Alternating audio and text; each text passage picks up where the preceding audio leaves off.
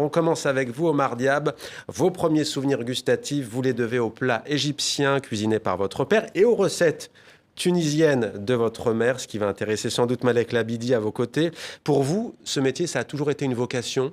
Honnêtement, ça s'est révélé à mes 15 ans. Ouais. J'ai dit à ma mère que je voulais devenir cuisinier. Elle n'y croyait pas parce que j'ai jamais passé plus de 5 minutes dans une cuisine avec mes parents, que ce soit mon père, ma mère ou autre personne.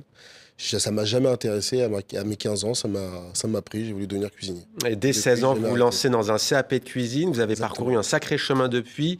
Vous avez d'ailleurs fait votre apprentissage notamment au Train Bleu à Paris.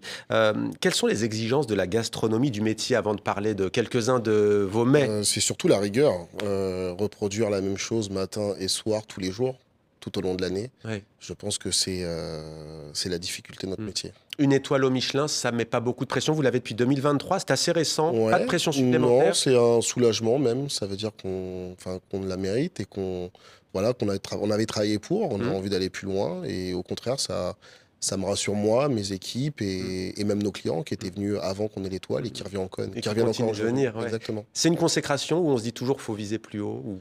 J'ai tendance à toujours viser plus haut. C'est l'aboutissement de quelque chose, d'un premier travail, on va dire. Alors, votre cuisine est d'inspiration française au goût du jour, par exemple, homard à la braise, condiments pois chiches épicés, jus de couscous, croque riz de veau, condiments grenobloise, dorade royale marinée ou encore condiments livèche. Alors, j'ai prononcé le mot condiment. Alors ça, si on veut connaître votre cuisine, il faut connaître cette particularité-là. Vous Exactement. travaillez beaucoup avec les condiments. On a une quinzaine de condiments et après on a encore des sauces et des jus même. C'est vraiment l'ADN de ma cuisine. L'acidité, les condiments et les sauces. Je m'inspire un petit peu pas mal de mes souvenirs d'enfance, entre guillemets. J'essaie de les retransmettre à mes équipes et de les faire partager aux clients. Mais c'est vraiment l'ADN de ma cuisine. Vos condiments de prédilection? Il y en a tellement. On va dire là, le dernier coup de cœur, c'est le condiment à la sarriette. Ouais. Voilà. Le jus de couscous, pas sauce couscous, quelle est la différence? C'est un jus de couscous végétal.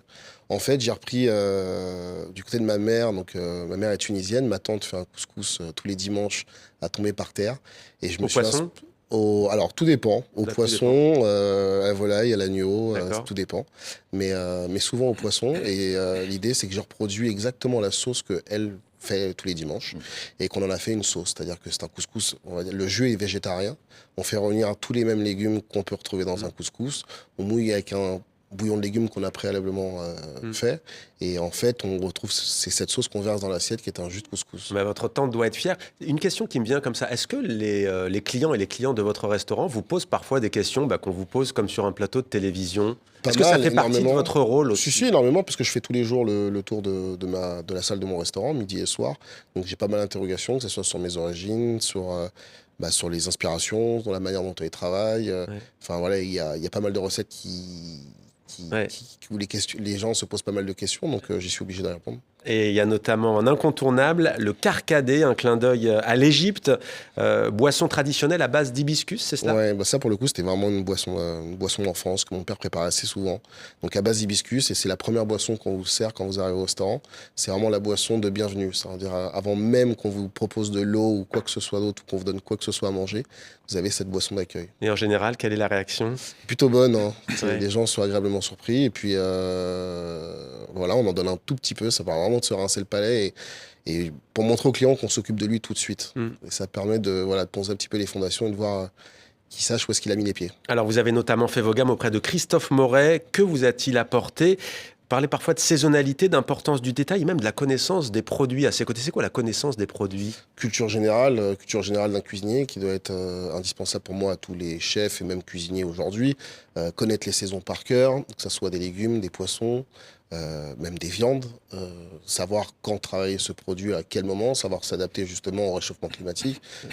Respecter les saisons aussi. Respecter les saisons, c'est-à-dire que comprendre que les premières asperges n'arrivent plus comme elles arrivaient il y a 10 ans ou il y a 15 ans, mais savoir les arrêter au bon moment.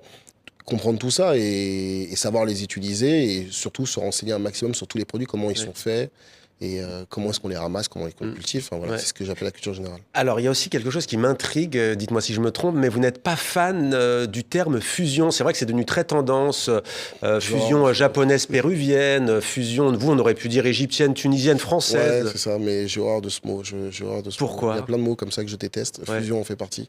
C'est un peu tarte à la crème pour reprendre... Ouais, c'est ça. Non, mais Parce que je suis aussi français, je suis né en France, je suis même 100% parisien, je fais une cuisine française et j'essaye, enfin, j'ai un discours sincère où ce qu'on propose, c'est des réels souvenirs d'enfance, le carcadet, le gâteau de semoule, la volaille à la corette, c'est des réels souvenirs et j'ai pas envie d'aller plus loin que ça. Et j'ai pas envie d'associer les deux. Pour moi, il y a aucun intérêt. Il y a la cuisine égyptienne d'un côté, la cuisine française de l'autre. Et certains plats vont tirer un peu plus sur une inspiration égyptienne, et d'autres vont être Et après complètement tout, c'est françaises. peut-être à ceux qui viennent vous rendre visite de se faire leur propre idée Ouais, complètement, aussi. complètement. Alors attention à ce que vous dire, parce que là, on va passer à Malek Labidi. La meilleure cuisine est-elle égyptienne ou tunisienne? Elle dépend du moment. Elle dépend du voilà, moment. parce que Ah, c'est un vrai diplomate. Hein, ça dépend du c'est bien moment. dit. Avec... Ben là, en l'occurrence, le moment avec Malek Labidi Là, le à moment est côté, plutôt tunisien. Bien sorti. Le moment pas est mal. plutôt tunisien, on va dire. Mais non, honnêtement, moi, je fonctionne un peu, je vais faire un cliché, mais un peu comme une femme enceinte. C'est-à-dire que ça va être... En fonction des envies. Ouais, surtout. Je fonctionne très comme ça.